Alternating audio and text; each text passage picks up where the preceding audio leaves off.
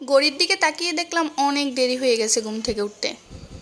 আরও তাড়াতাড়ি ওঠার দরকার ছিল, কারণ আমি তো আজকে এক জায়গায় যাব। এমনিতে অনেক লেট হয়ে গেছে। তারপর তাড়াতাড়ি করে ফ্রেশ হয়ে সানস্ক্রিন দিয়ে নিলাম, কারণ সানস্ক্রিন ছাড়া তো আমার চলেই না, অল টাইম আমার ইউজ করা লাগে। তারপর আমি বুরকাটা নামিয়ে নিলাম আর নিয়ে নিলাম একটা হিজাব। জানি হিজাবের সাথে বুরকাটা ম্যাচ হয় নাই, মানে বুরকার সাথে হিজাবটা ম্যাচ হয় নাই, কিন্তু তাড়াহুড়ার মধ্যে নিয়ে নিয়েছি। অন্য হিজাব খোঁজার কোনো টাইম নেই বা আলমারি থেকে নামানোরও টাইম নেই। তারপর আমি নাস্তাও করিনি, তাড়াতাড়ি করে চা আর এক স্লাইস কেক খেয়ে নিলাম। তারপর সানস্ক্রিনটা ব্যাগে নিয়ে নিলাম, যদি লাগে ইউজ করব। তারপর এই যে দেখুন, আমার বাস্তি বারান্দা থেকে অনেক কান্নাকাটি করতেছে। সে আমাকে যেতেই দিবে না, আর যদি যেতেই হয় তাহলে আমাকে তাকে সাথে করে নিয়ে যেতে হবে। তো কি আর করার, এমনিতেই লেট হয়ে গেছে। তারপর অনেক কষ্টে বাসা থেকে বের হলাম, আর বাহিরে বৃষ্টিও ছিল। তারপর বাসে উঠে গেলাম।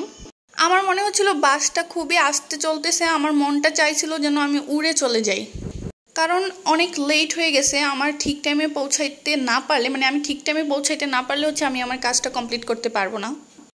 তারপর বাস থেকে আশেপাশের দৃশ্যগুলো আপনাদের সাথে শেয়ার করে নিলাম। আর এটা কুমিল্লা ক্যান্টনমেন্টের মানে এই জায়গাটাতে আসলেই মনে হয় যে না, কুমিল্লাতে এসে গেছি। আর কোনো টেনশন নেই, কারণ এখান থেকে তো কুমিল্লা শহরে যেতে বেশি একটা সময় লাগে না। তারপর আমি একটা রিক্সা নিয়ে নিলাম, রিক্সা দিয়ে সুন্দর করে চলে গেলাম আমার কলেজে।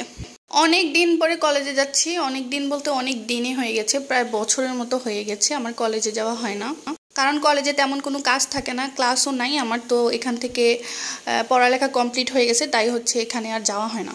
তারপর আমি এখান থেকে ডিরেক্ট চলে গেলাম আমার মামার বাসায়। তো মামার বাসায় গিয়ে একটা ভুল করে ফেলছিলাম, সেটা মামারা পাশের ফ্ল্যাটে শিফট হয়েছিল, এটা আমি জানতাম না। তো আমি বারবার কলিং বেল প্রেস করতেছিলাম, বাট কেউ দরজা খুলতেছিল না। পরে মামাকে ফোন দিলাম, ফোন দেওয়ার পর দেখলাম যে পাশের বাসায়, মানে পাশের ফ্ল্যাটে ওরা শিফট হয়ে গেছে। তারপর ওখানে গেলাম, গিয়ে আমি খাওয়া দাওয়া করলাম, একটু রেস্ট করলাম। কারণ আপনারা তো দেখছেনই যে আমি সকালবেলা মাত্র একটা কেক, মানে 1 পিস কেক খেয়ে বের হয়েছিলাম, আর একটু চা খেয়ে বের হয়েছিলাম। তো আমার অনেক বেশি খিদা ছিল।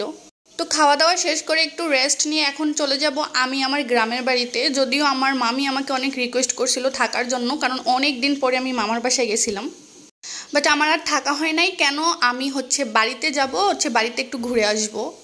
অনেক দিন হয়েছে বাড়িতে যাই না, প্রায় 2 মাসের মতো হয়ে গিয়েছিল বাড়িতে যাই না। তারপর আমি কুমিল্লা শাসনগার সাথে আসলাম, এসে সুন্দর করে সিএনজিতে উঠে গেলাম। কিন্তু রাস্তা এত খারাপ বাইরে ভাই, আমার তো কোনো আইডিয়াই ছিল না রাস্তা এত খারাপ হয়ে গেছে।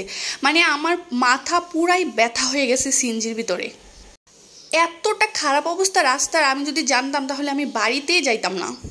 একই তো রাস্তা খারাপ, তার উপর বাড়ানায় দ্বিগুণ, সব মিলিয়ে খুবই বাজে অবস্থা এই রাস্তাটার। যাই হোক, জানি না কবে এই রাস্তা ঠিক হবে, আশা করছি খুব শীঘ্রই রাস্তার মানে সুন্দর হয়ে যাবে।